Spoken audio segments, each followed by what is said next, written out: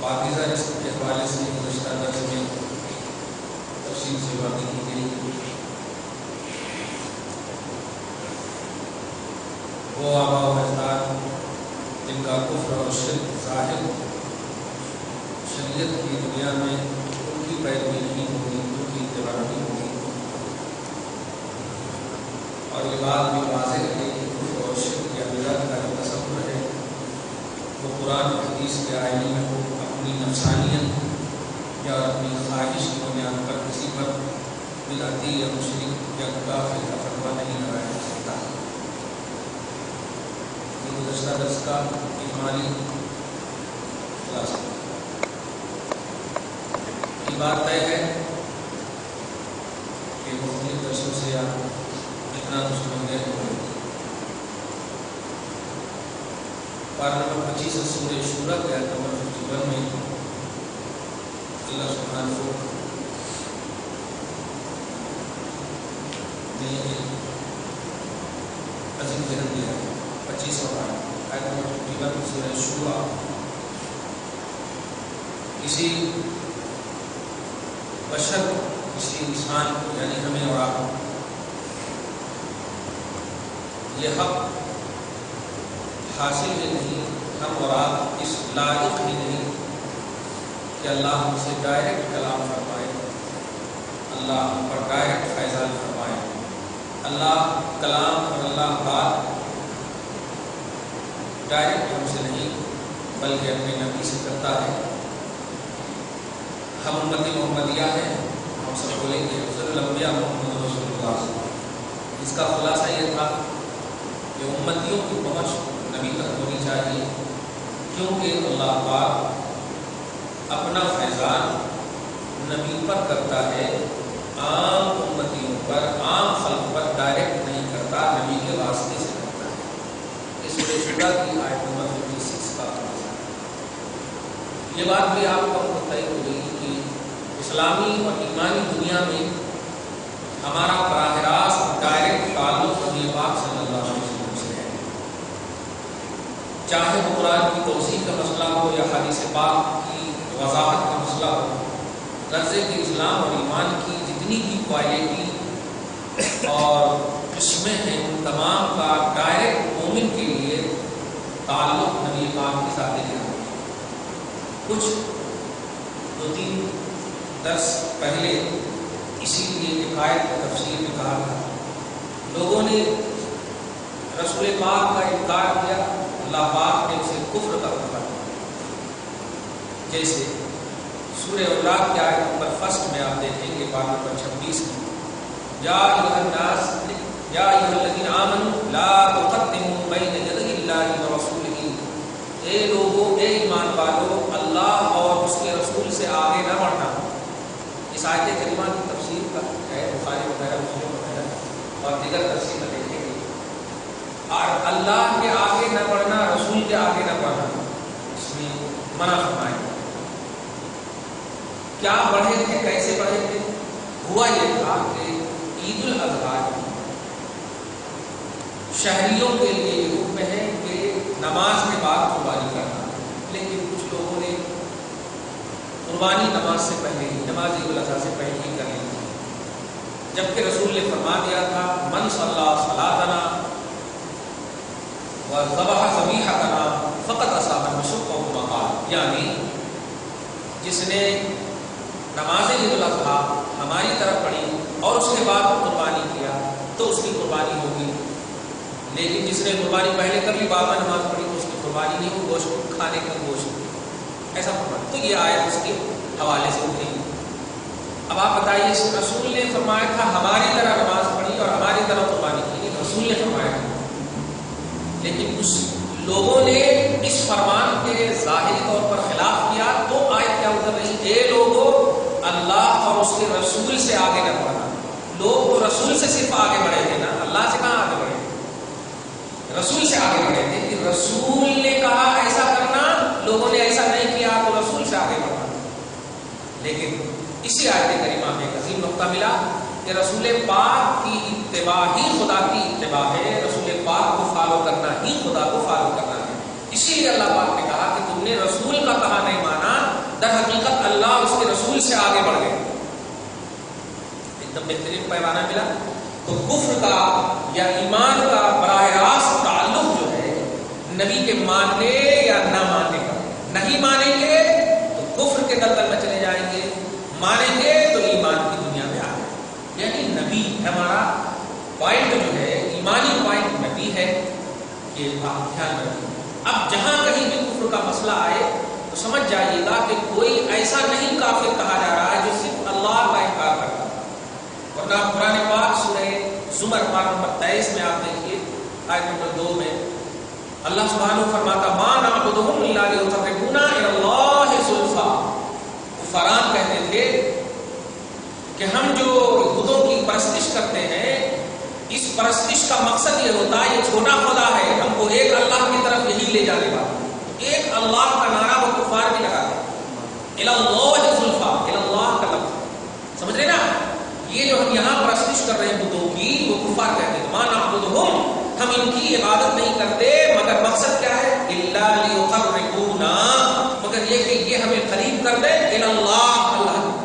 اس کا مطلب کفار کا بھی توحید کی دنیا میں، اللہ پاک کی دنیا میں عقیدہ تھا، لیکن وہ قابل قبول کیوں نہیں ہوئی؟ اس لیے کہ اس اللہ کو آپ کو فالو کرنا ہے جس اللہ کا درس رسول اللہ نے دیا، محمد صلی اللہ علیہ وسلم نے دیا۔ سمجھ گیا؟ تو اگر آپ نے اپنی خود ساختہ اللہ مان لیے، اپنے نفس سے مان لیے، اپنی خواہش سے مان لیے، تو اللہ پاک ہرگز نہیں اس عقیدہ توحید کو قبول کرتا۔ وہ عقیدہ توحید قبول ہے جو رسول پاک کے آئینے میں ہو، رسالت کے آئینے میں ہو۔ آیت ہے قرآن کا خلاصہ ہے۔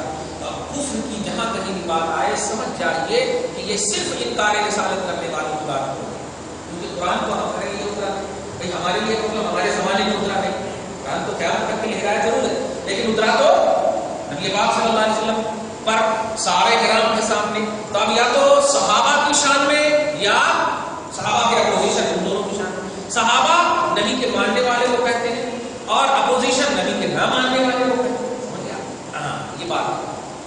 تو جتنے بھی کفار کے حوالے سے باتیں وہ سمجھ جائیے کہ رسالت کی، میں اس لیے ٹھوس کر رہا ہوں کہ آنے والا مہینہ ہے، اس کو پرویش کریں گے تو انشاءاللہ بڑا مزہ آئے گا، اور خرافات وغیرہ سے بچیں گے۔ بڑا پاورفل نبی ہے، ان سے نسبت والا مہینہ ہے۔ کفر کا تعلق جو ہے رسول پاک کے انکار سے، خلاصہ کفر کا تعلق رسول پاک کے انکار سے ہے۔ ہندو کافر یہ سب کچھ بولتے ہیں، وائلٹی الگ ہو سکتی ہے، لیکن صحیح حقیقت میں کہ جو نبی پاک کے میسج کو، نبی پاک کی باتوں کو، نبی پاک کے حوالے سے جو بھی باتیں کو قبول نہیں کیا، وہی درد کافر کوئی ڈائریکٹ کافر نہیں ہوتا، رسالت کے انکار کرتا ہے۔ اس کو دھیان رکھیے گا۔ انہی کفار کے بارے میں آیت نازل ہو رہی ہے۔ وَمَثَلُ الَّذِينَ كَفَرُوا كَمَثَلِ الَّذِي يَنْعِقُ بِمَا لَا يَسْمَعُ إِلَّا دُعَاءً وَنِدَاءً۔ کافروں کی مثال، اب آپ دماغ بند کر سمجھ جائیے گا کہ کافروں سے مراد یہ گھنٹہ چلانے والے نہیں، رسول کا انکار کرنے والے۔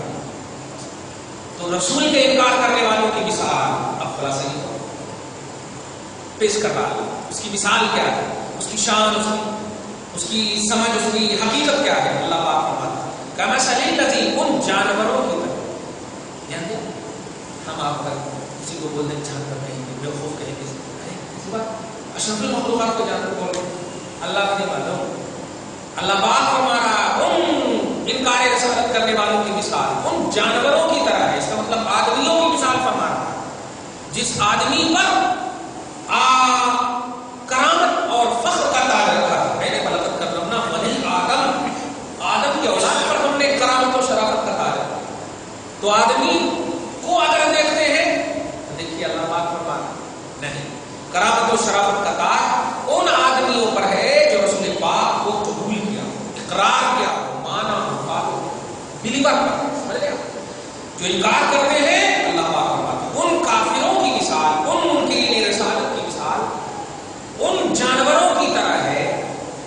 ینعقو.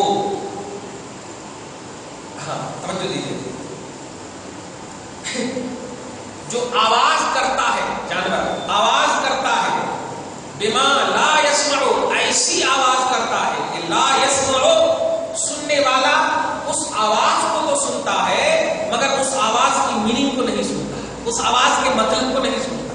اب اگر بھینس چلاتی رہے میں بکری چلاتی رہے میں سمجھ رہے نا آپ جانور اگر چلاتے ہیں کیا آپ سمجھیں گے کہ وہ کھانے مانگ رہا ہے پانی مانگ رہا ہے سمجھے گا آپ نہیں, لیکن آواز تو ہے میں وغیرہ یہ سب آواز تو ہے.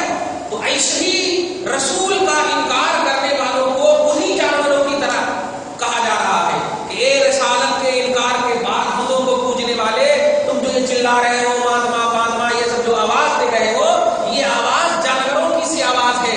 اس آواز کی کوئی میننگ نہیں, اس آواز کا کوئی مطلب نہیں ہے. تم جو کہہ رہے ہو ہماری مدد کر دو پرماتما ہمارے پربھو ہمارے پربھو یہ سب جو بول رہے ہو یہ آواز کی کوئی حقیقت نہیں ہے. یہ آواز ایسے ہی ہے جیسے ایک جانور چلاتا ہے اور جانور کی صرف آواز ہوتی ہے, اس کی میننگ کچھ نہیں, اس کا مطلب کچھ نہیں. خلاصہ یہ ہوا کہ اللہ کو پکارنے والے رسول کے آنے میں پکاریں گے تو میننگ کا لفظ بھی اگر پکاریں گے تو وہ میننگ والا لفظ ہو جائے گا, مانا والا لفظ. جیسے گونگے لوگ اللہ کو پکارتے ہیں. اب آپ حج کو جائیں گے اللہ پاک سب کو اپنے حبیب صلی اللہ علیہ وسلم کے سب کو طفیل میں سعادت زیارت حرمین طیبین نصیب فرمائے. جو دیکھ لیے ہمیں بار بار نصیب فرمائے, جو نہیں دیکھے ہیں کم سے کم ایک بار نصیب فرمائے. تو جب آپ جائیں گے وہاں عرفات کے میدان میں اتنا آپ کو مزہ آئے گا اور اس وقت آپ کو سمجھ میں آئے گا کہ اللہ کتنا بڑا مالک ہے, کیسا مالک ہے, آپ کو سمجھ میں آئے گا. آپ گئے ہوں گے تو دیکھے ہوں گے انڈونیشیا کے, امریکہ کے, برطانیہ کے. اردو لینگویج تو صرف انڈیا یا پاکستان یا بنگلہ دیش یہ سب اپنے جو مطلب ایشیا میں چلتی ہے. اپنے اس میں جو امریکہ کے جو لوگ برطانیہ کے جو لوگ آ رہے ہیں ارے وہ جب دعا کرتے ہیں انگلش میں جب دعا کرتے ہیں تمہاری آنسو جب گرتے ہیں تو ان کے آنسو کو دیکھ کر آنسو گرنے لگتے ہیں. حالانکہ آپ کچھ نہیں سمجھتے ان کے لفظ کا مانا. بھائی آپ اردو دائیں تو اردو سمجھیں گے نا, بھائی عربی دائیں تو عربی سمجھیں گے. انگلش وغیرہ میں بھی اللہ کو پکارا جا رہا ہے, تمل میں اللہ کو پکارا جا رہا ہے, ہر زبان میں اللہ کو پکارا جا رہا ہے. واہ سمجھ میں آ گئی. یہ پکارنے والے اگر رسول کے حوالے سے پکار رہے ہیں تو یہ انگلش میں پکارے تب بھی میننگ دار لفظ ہے. اللہ کی بارگاہ میں قبول ہے, سمجھو یا نہ سمجھو اللہ کو سمجھنے کی بات سمجھ میں نا. کہنا یہ ہے کہ تم اگر قرآن کا حوالہ دو حدیث کا حوالہ دو جیسے آج سوشل میڈیا وغیرہ کے ذریعے خوب دے رہے ہیں حوالہ یہ ہے قرآن میں وہ ہے, آپ ڈائریکٹ اللہ کی بارگاہ کا حوالہ نہیں دے سکتے, ڈائریکٹ اللہ کے کلام کا حوالہ نہیں دے سکتے. آپ کو حوالہ دینے کے لیے کہنا پڑے گا کہ یہ اس قرآن کا حوالہ ہے جو محمد رسول اللہ کا ہے. ایسا سورہ بقرہ آیت نمبر 23 میں آپ دیکھیے اللہ پاک فرماتا ہے وَإِن كُنتُمْ فِي رَيْبٍ مِّمَّا نَزَّلْنَا عَلَىٰ عَبْدِنَا. اے کفاران عرب, نبی پاک عربی ہے تو نبی جو بول رہے ہیں میری وحی تم اس کو بولتے ہو کہ نہیں یہ تو عربی ہے, ان کی مادری لینگویج عربی ہے اس لیے یہ عربی اپنی طرف سے گڑھ کر بول رہے ہیں. اللہ چیلنج فرماتا اگر تم کو شک ہے اس قرآن پر جس قرآن کو ہم نے اپنے بندے پر نازل کیا, اپنے بندے پر نازل, صرف قرآن کو نازل کیا نہیں کہا, اپنے بندے پر نازل کیا. مطلب یہ ہوا قرآن جو میرا کلام محمد پیش کر رہے ہیں اس محمد کے پیش کرنے والے پر اگر تم کو اعتراض ہے تو ایک چھوٹی سی سورت ایگزامپل کے طور پر تم پیش کر دے گا. کیا چیلنج کیا اللہ نے؟ قرآن کا چیلنج نہیں کیا, اس قرآن کا چیلنج کیا ہے جو نبی کو اترا ہے. تو اس لیے آج بھی ضرورت ہے توحید تک پہنچانے کے لیے, قرآن کا ایکسپٹنس دینے کے لیے نبی صلی اللہ علیہ وسلم. قرآن خود کہہ رہا ہے کہ اس قرآن کو آپ بولو جو قرآن کہو کہ محمد پر اترا ہے. قرآن خدا کا کلام ہے, توریت زبور بھی خدا کا کلام ہے, لیکن نہیں یہ محمد پر نہیں اترا ہے. یہ وہ کلام الہی ہے جو محمد صلی اللہ علیہ وسلم پر اترا ہے. اور اس کے حوالے سے توحید کا درس ہو, اس قرآن کے حوالے سے اللہ کا درس ہو, تب جا کر کے وہ ایکسپٹ کریں. ورنہ کتنا بھی تم بورا کتاب لا دو, ترجمہ تفسیر کر کے توحید کی کتاب لکھ دو, کچھ فائدہ نہیں, کچھ نہیں لکھو. نبی کے حوالے سے اللہ کو مانو, لکھنے والے سے حاصل ہوگا. ایک چھوٹی سی مثال دے دو. آپ الحمدللہ ہم مسلمان اور ایک مولوی ہے جو 100 کتاب لکھا, لیکن اس نے صرف توحید کے بارے میں اللہ مانو قرآن مانو, اللہ مانو قرآن مانو, اللہ مانو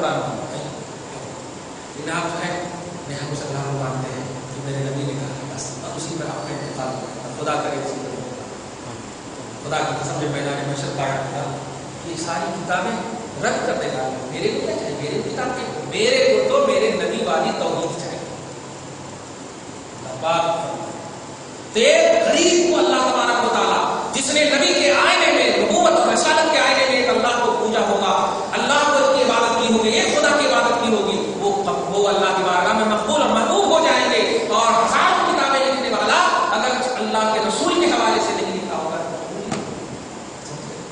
آپ بتائیے, عرب کے لوگ اردو بولتے تھے, عربی بولتے تھے, نبی کے سامنے عربی بولتے تھے. عربی پڑھنے اور بولنے سے اتنا 80,000 برس, بلکہ ایک روایت میں 80 برس تک فرشتوں کو تعلیم دیا, فرشتوں کو واعظ کیا, فرشتوں کو تقریر کیا, فرشتوں کو نصیحتیں بتاتا رہا. اور ابلیس کس کو آتا. تو اگر بیس علم ہوگا, یہ بتائیے فرشتوں کو جو تعلیم دے گا وہ شرک کی تعلیم تو دے گا نہیں, وہ تو پاک معصوم, وہ تو اتنی بیس توحید کی تعلیم دے گا فرشتوں کو, بس کیا کہیں. لیکن اللہ پاک نے ان کو جو راند کیا, ان کو جو بھگایا ہے, ان کو جو جنت سے نکالا ہے, اس کا بیس کیا ہے؟ ڈائریکٹ تم تعلیم دے رہے ہیں.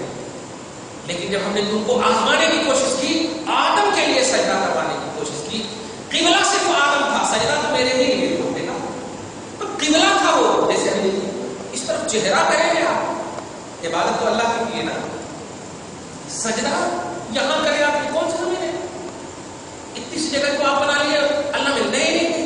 نبی تو صلی اللہ تعالی نیت کی میں نے اللہ واسطے نماز پڑھ رہا ہوں, مسجد زبیدہ کب بیگم واسطے نہیں, اللہ واسطے. نیت کیا اللہ واسطے. تو جن لوگوں نے توجہ دی تھی رسول اعظم صلی اللہ علیہ وسلم کی نبوت اور رسالت کے بغیر کوئی بھی کارنامہ انجام دیا, کوئی بھی عمل انجام دیا, اس کا عمل قابل قبول نہیں. ایک اور آیت اس کو مزید تقویت کے لیے آپ کو بتا دوں, سورہ توبہ کی آیت نمبر 62 میں, پارہ نمبر 10 میں آپ دیکھیں, سمجھ رہے ہیں, سورہ توبہ پارہ نمبر 10 آیت نمبر 62 میں آپ دیکھیں. اللہ رسول, مثال کے لیے رسول اعظم, مثال کے لیے آپ اللہ رسول میں اگر تم کو راضی کرنے کا مسئلہ آئے تو اللہ خود کہہ رہا ہے رسول کو راضی کر دو, میں راضی کر دوں. سبحان اللہ. یحلفون باللہ انکم لیرضوکم واللہ ورسولہ احق ان یرضوہ ان کانوا مؤمنین. اگر تم مومن سچا بننا چاہتے ہو تو اللہ رسول میں راضی کرنے کی بات آئے تو میرے حبیب کو راضی کرو, میں راضی ہوں. سبحان اللہ. قرآن کا ہے مومن کا اختصار ان کانوا مؤمنین, اگر تم مومن ہو, جملے میں بات کریں موحد نہیں تھا, توحید پرست نہیں, مومن ہو. مومن کہتے لا الہ الا اللہ محمد رسول اللہ, دونوں کا کلمہ پڑھیں. سمجھ رہے ہیں؟ تو کہنا یہ ہے کہ کفر کا تعلق جو ہے انکار رسالت سے ہے, اور ایمان کا تعلق اقرار رسالت سے ہے. ایمان اس کے پاس ہے جو رسالت کے آئینے میں توحید کو مانے, اور اقرار انکار کے آئینے میں توحید کو مانے قابل قبول نہیں ہے. آپ ہم قریب رہو لیکن رسول کے آئینے میں عبادت کرو, رسول کے حوالے سے عبادت کرو. امین رہو گے اگر ان کے بغیر عبادت کرو گے کچھ قابل قبول نہیں. ایسے ہی کافروں کے بارے میں فرمایا جاتا, وہ کافروں کی مثال ان جانوروں کی طرح ہے جو جانور آواز کرتا اور اس آواز کو کچھ نہیں سمجھتا, کچھ نہیں سمجھ میں آتی کہ اس آواز کا مطلب کیا ہے, بس ایک صبح میں اگر چلا رہا ہے تو پانی سمجھ جائیں گے, دوپہر میں چلا رہا ہے تو کیا سمجھیں گے, کیا ہے پتا نہیں. کچھ آواز کی نہیں, دعا اور وندا. دعا میں نے پکار اور ندا میں نے آواز, یعنی ایک پکار ہے مارے بھی تو میما کرتے, کھلائے بھی تو میما کرتے, دونوں کوئی آواز نہیں. جانوروں کی طرح مثال دیا. اللہ پاک آپ ہم سب کو بچائے. آگے آپ فرماتے ہیں صم بکم عمی فهم لا يعقلون, یہ پڑھ چکے ہیں, وہاں پڑھے تھے فهم لا يرجعون, یہاں فهم لا يعقلون.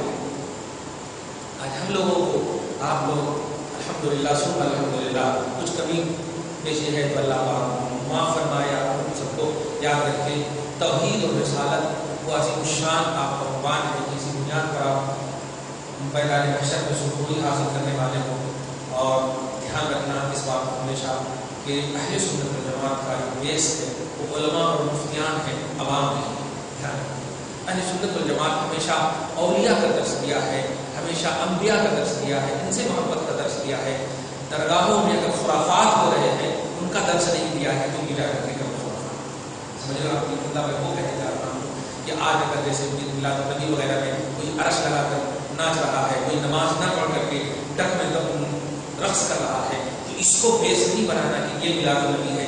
میلاد النبی در حقیقت ذکر محمدی ہے، نبی پاک کی شان بیان کرنا ہے، نبی پاک کی تاریخ بیان کرنا، ہسٹری بیان کرنا، یہ سب میلاد النبی ہے۔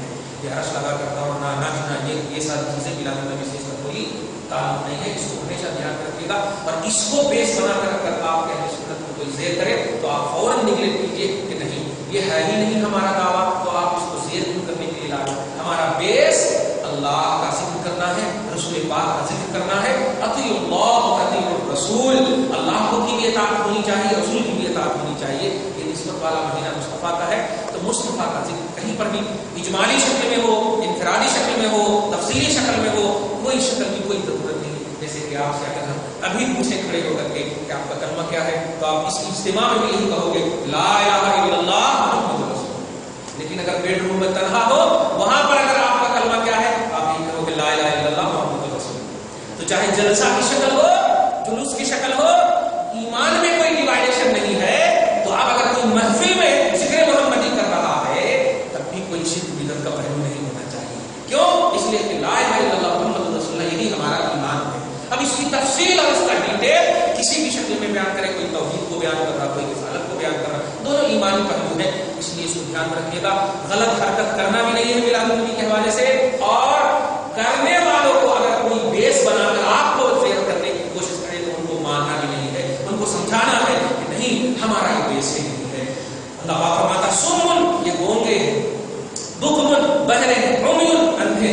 اب کن کن چیزوں سے اندھے بہرے ہو گئے ہیں آپ سمجھ رہے؟ حق سننے سے، حق دیکھنے سے، حق قبول کرنے سے، یہ سمجھ رہے نا؟ تو یہ تینوں چیزیں فہم لا یعقلون، یہ عقل نہیں رکھتے، بیوقوف ہے، یہ بے عقل ہے۔ اللہ پاک فرماتا اللہ تیری شان بھی کیا ہے، بندہ کو پیدا کرتا بیوقوف تو ہی کہتا، عجیب شان ہے۔ اسی لیے حضرت ابوبکر صدیق نے ایک جملے میں عقیدہ دے دیا ہے، خدا کے راز سے آپ کا ناواقف ہونا ہی علم کی دلیل ہے۔ نہیں سمجھے؟ خدا کو نہیں سمجھنا، خدا کا ڈیٹیل آپ کو معلوم نہیں ہونا، یہ بھی ایک علم ہے۔ اس سے عاجز آ جائے، مجبور ہو جائے، اللہ کے راز سے آپ ناواقف ہو، اللہ کے راز کو نہیں جان سکے، اللہ کے راز کو آپ نہ جان سکے، یہی آپ کا علم ہے۔ اگر کوئی کہتا میں اللہ کو پورا جان لیتا، اللہ کو پورا ہے، اللہ کے رسول کہتے ہیں ابو بکر تم افضل الخلق، افضل البشر بعد الانبیاء ضرور ہو، میرے ساتھ سب سے زیادہ سفر و حضر میں رہنے والے ضرور ہو، سب سے زیادہ افضلیت تجھے امت میں حاصل ہے نبیوں کے بعد، لیکن یاد رکھنا میری حقیقت میرے رب کے علاوہ کوئی بھی نہیں جانتا۔ تو جب محمد کی حقیقت سب سے افضل انسان نہ جان سکا، اس محمد کے خالق اور رب کی حقیقت آج کا انسان کیسے جان سکتا؟ نہیں جان سکتا۔ لیکن آپ جتنا جانتے ہیں وہی آپ کے لیے ایمان ہے، وہی آپ کی شان ہے۔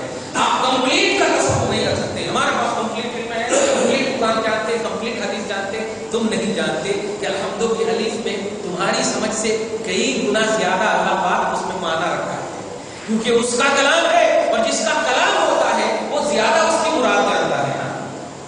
میں شاعر ہوں، شاعری کے جو شعر کہوں اس کا مطلب کیا ہے وہ ہم سے پوچھیں گے نا، آپ مطلب نکالیں گے تو یہ آپ کی فہم و ادراک ہوگی، سمجھ ہوگی، لیکن حقیقت میں اگر میرا شعر ہے تو مجھ سے مطلب پوچھیے، اچھا آپ نے یہ مراد لیا ہے، آپ نے یہ مطلب لیا ہے، آپ کو ماننا پڑے گا۔ ایسے ہی جس کا کلام ہوتا ہے وہ زیادہ جانتا ہے، وہ اللہ کو آپ توجہ دیجیے گا، پیدا تو سب کو کر رہا ہے، لیکن احسان ہے کہ اللہ پاک نے آپ کو سب کو ایکسیپٹڈ امت میں پیدا کیا، قبول کرنے والی امت میں پیدا کیا۔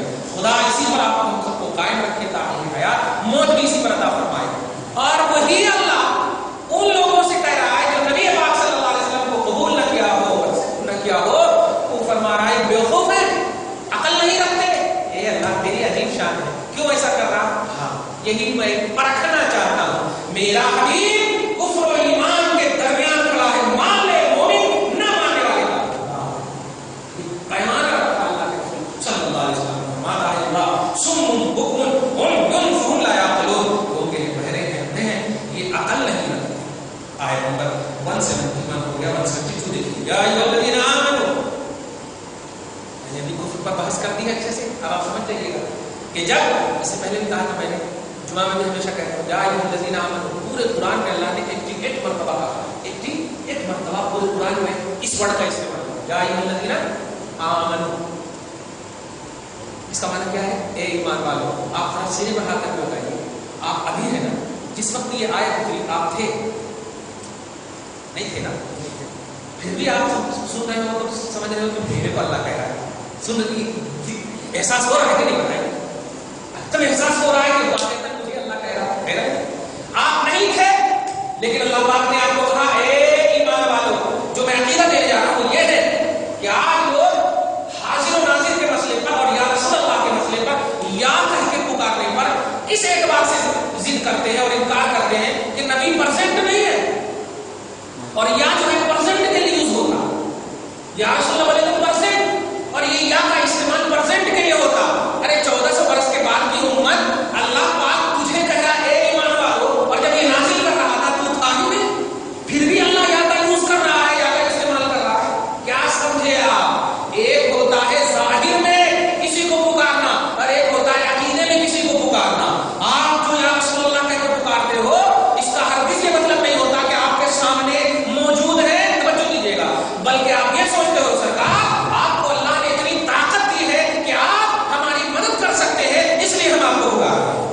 یہ مطلب تو یا رسول اللہ ہرگز سے کوئی بات اس لیے نہیں ہے کہ یا پرزینٹ کے لیے یوز ہوتا ہے یہ نادانی ہے. پرزینٹ کے لیے یوز ہوتا تو پھر اللہ پاک کو فتویٰ لگتا کہ ہم تو تھے ہی نہیں پھر بھی تو میرے کو کہہ رہا ہے یہ ایمان والو. ہم تو تھے ہی نہیں اس لیے کہنا پڑے گا. علمی گرامر میں اس طرف جانا نہیں چاہتا. یا ایھا الذین آمنوا سے ایک عظیم عقیدہ یہ دے رہا 88 مقامات پر کسی نبی کی قوم کو اللہ پاک نے ایمان کی صنعت اپنی زبان سے نہیں عطا فرمایا. سب کو کہا اے موسیٰ کی قوم اے عیسیٰ کی قوم اے فلاں نبی کی قوم یعنی قوم کا لفظ استعمال کیا. اللہ نے نبی کے صدقے میں اے ایمان والو. آپ کا نام زید ہے بکر ہے امت جمراتی ہے لیکن اللہ نے آپ کا نام نہیں لیا آپ کو قوم نہیں کہا آپ کو کہا یا ایھا الذین آمنوا اے ایمان والو. جب کہیں کبھی بھی یہ لفظ سنیے تو اندر اندر سے مسکرا دیجیے. یہ میں یہ اس لیے جب کہیں بھی یہ لفظ سنیے اندر سے مسکرا دیجیے. یہ مسکرانا دلیل بن جائے کہ اے اللہ تو ہمیں کہہ رہا ہے اے اللہ تو ہمیں کہہ رہا ہے اور جب تو نے ہمیں مومن کہہ دیا ہے اب دنیا کی کوئی طاقت تجھے کافر نہیں بنا سکتی. سمجھ رہے نا دنیا کی کوئی طاقت ہمیں کافر نہیں بنا سکتی. تو جب کبھی بھی یا ایھا الذین آمنوا کسی سے بھی سنیے مجھ سے یا کسی بھی محفل میں مجلس میں کہیں بھی سنیے قرآن پڑھے تو یا ایھا الذین آمنوا یہ سمجھ جائیے کہ مجھے میرا رب کہہ رہا ہے مجھے میرا رب کہہ رہا ہے اے ایمان والو. کوئی آپ کو کافر نہیں بنا سکتا. یا ایھا الذین آمنوا اے نبی کے ماننے والوں کلوا من طیبات ما رزقناکم کھاؤ وہ پاکیزہ جو ہم نے آپ کو رزق کے طور پر دیا ہے. کلوا من طیبات ما رزقناکم کھاؤ. توحید والا مولا توحید والا کھانے پینے سے پاک ہے بیوی بچے سے پاک ہے دنیا کے لوازمات سے پاک ہے نہ کھاتا ہے نہ پیتا ہے نہ سوتا ہے نہ اٹھتا ہے نہ بیٹھتا ہے. وہ اپنی شان میں علم والا قدرت والا کیسا ہے. خلق کی مخلوق کی کوئی صفت اس کے اندر نہیں پائی جاتی لیکن وہ کچھ نہیں کھاتا پیتا لیکن نبی کے صدقے میں کہہ رہا ہے کھاؤ پیو سنا کھاؤ پیو. کیا کہنا اے ایمان والو کھاؤ پیو جو ہم نے تمہیں پاکیزہ رزق دیا. اس سلسلے میں ایک جملہ اور کہہ دوں ابھی دیکھیے میلاد النبی کے حوالے سے کھلاتے ہیں اس میں بھی بولتے نبی کرے کیا صحابہ کرے اللہ بولا کھاؤ پیو تحقیق کرنے نہیں بولا. اللہ بولا پاکیزہ رزق کھاؤ. اللہ بول رہا اللہ کھاتا پیتا نہیں ہے اللہ بول رہا کھاؤ پیو پاکیزہ رزق. نہیں نبی نہیں کرے صحابہ نہیں کرے نہیں کرے. اللہ پاک جو ہے رسول پاک صلی اللہ علیہ وسلم کی نسبت سے آپ کیا اپنی جان کا ایک خطرہ بھی دے دیں گے حق ادا نہیں. آپ ایک مطلب 10,000-20,000 روپے کا کھانا کھلاتے ہیں نبی کے نام پر. آپ جانتے ہیں نبی اعظم صلی اللہ علیہ وسلم اپنے بیٹے کے لیے توجہ دیجیے اپنے بیٹے کے لیے روایت میں مجھے نہیں ملی کہ عقیقہ فرمایا لیکن امام حسین اور حسن کے لیے عقیقہ فرمایا. امام حسن اور حسین کے لیے عقیقہ بولتے ہیں پیدا ہونے کے 7ویں دن کرنا نہیں تو 14ویں دن کرنا نہیں تو 21ویں دن کرنا نہیں کرے تو مرنے سے پہلے کب بھی کر سکتے مرنے کے بعد نہیں کر سکتے. ولادت کی خوشی میں عقیقہ کرنے کو بولتے ہیں. مردوں کے لیے 2 اگر ہے تو اور عورت کے لیے ایک، اگر دونوں کے لیے ایک ہی ہے تو کر سکتے ہیں، ایک حصہ لے سکتے ہیں، دو حصہ لے سکتے ہیں، سب کا صحیح مستحب ہے، فرض واجب نہیں ہے. توجہ دے رہے ہیں. تو عقیقہ خوشی میں، توجہ خوشی میں دوسروں کو کھانا کھلانے کا نام ہے. نبی بولتے ہو نہیں کریں، خوشی میں کھلانے کا نام ہے. توجہ دیجیے، میرے آقا کوئی تاریخ نہیں بتا سکتے کہ نبی اعظم صلی اللہ علیہ وسلم کے پاس کبھی مال و دولت رہی. پیٹ میں پتھر مارنے والے نبی کے پاس دولت کہاں؟ اسی لیے تو آپ پر زکات بھی فرض نہیں، تو مالک نصاب نہیں. توجہ دیں، تاریخ گواہ ہے. لیکن خوشی، ولادت کی خوشی میں، اپنے نواسے کی ولادت کی خوشی میں کر کے کیا ذہن دیا امتیوں؟ کسی کی خوشی میں نہیں، اپنے نواسے کی خوشی میں میں کر رہا ہوں. اب سمجھ لینا، تم کو تو رب نے دیا بھی ظاہر طور پر. سچ یہ ہے کہ میں پیٹ پہ پتھر مان کر تم کو ہمیشہ کھلوا سکتا ہوں. رزق خدا کا ہوتا، بانٹتا نہیں، یہ سچ ہے. لیکن نبی نے خوشی میں، ولادت کی خوشی میں عقیقہ کر کے کیا ذہن دیا رسول اللہ صلی اللہ علیہ وسلم نے کہ کسی کی ولادت کی خوشی میں کھلانا میرے طرز عمل یا صحابہ کے طرز عمل کو اگر واقعی دیکھنا بھی چاہتے ہو تو دیکھ لو. میں آپ نبی عقیقہ نہیں کرتا. ولادت کی خوشی ہے نا، جشن میلاد النبی بول رہے ہو نا، نبی کی ولادت کا جشن بول رہے ہو نا، اور اس حوالے سے کھلا رہے ہو. ہزاروں حدیثیں پیش کی جا سکتی، لیکن میں بس یہی کہوں گا کہ کوئی اگر ہمارا مومن بھائی ولادت کی خوشی میں، نبی کی خوشی میں کھانا وغیرہ کھلاتا، اس کو تبرک سمجھ کر کے یقیناً کھائیے. اور جو لوگ نہیں کھاتے ہو وہ بالکل حرمہ نصیب ہے، محروم القسمت ہے. اور وہ جو تلاشتے ہیں کہ یہ دلیل ہے، وہ دلیل ہے. یہ بتاؤ نبی پاک نے کیا کیا؟ کوئی قرآن کی آیت نہیں اتری تھی کہ حسین کے لیے عقیقہ کرو، حسن کے لیے عقیقہ کرو. کوئی قرآن کی آیت نہیں اتری تھی، نبی اعظم نے کیا. کیا مطلب ہو کہ ایک حوالے سے تو قرآن کو یہاں پر رہنے دو، ذات محمد کو اونلی دیکھنا ہے عقیقہ کے بعد. کوئی قرآن کی آیت نہیں بتا سکتے کہ عقیقہ کا حکم اللہ نے دیا. کہنا یہ ہے کہ نبی سب سے اعلیٰ دعا لیتے ہیں آپ کی خوشی کے لیے. نبی سب سے اعلیٰ دعا لیتے ہیں. اولاد، ماں، باپ، بھائی، بہن، ساری خلق سے زیادہ عزیز محبوب محمد رسول اللہ صلی اللہ علیہ وسلم. قرآن پاک سورہ توبہ آیت 24 اللہ سبحانہ وتعالی ان كانت آباؤكم وأبناؤكم وإخوانكم وعشيرتكم وأموال اقترفتموها وتجارة تخشون كسادها ومساكن ترضونها أحب إليكم من الله ورسوله فتربصوا. جتنی چیزیں پڑھی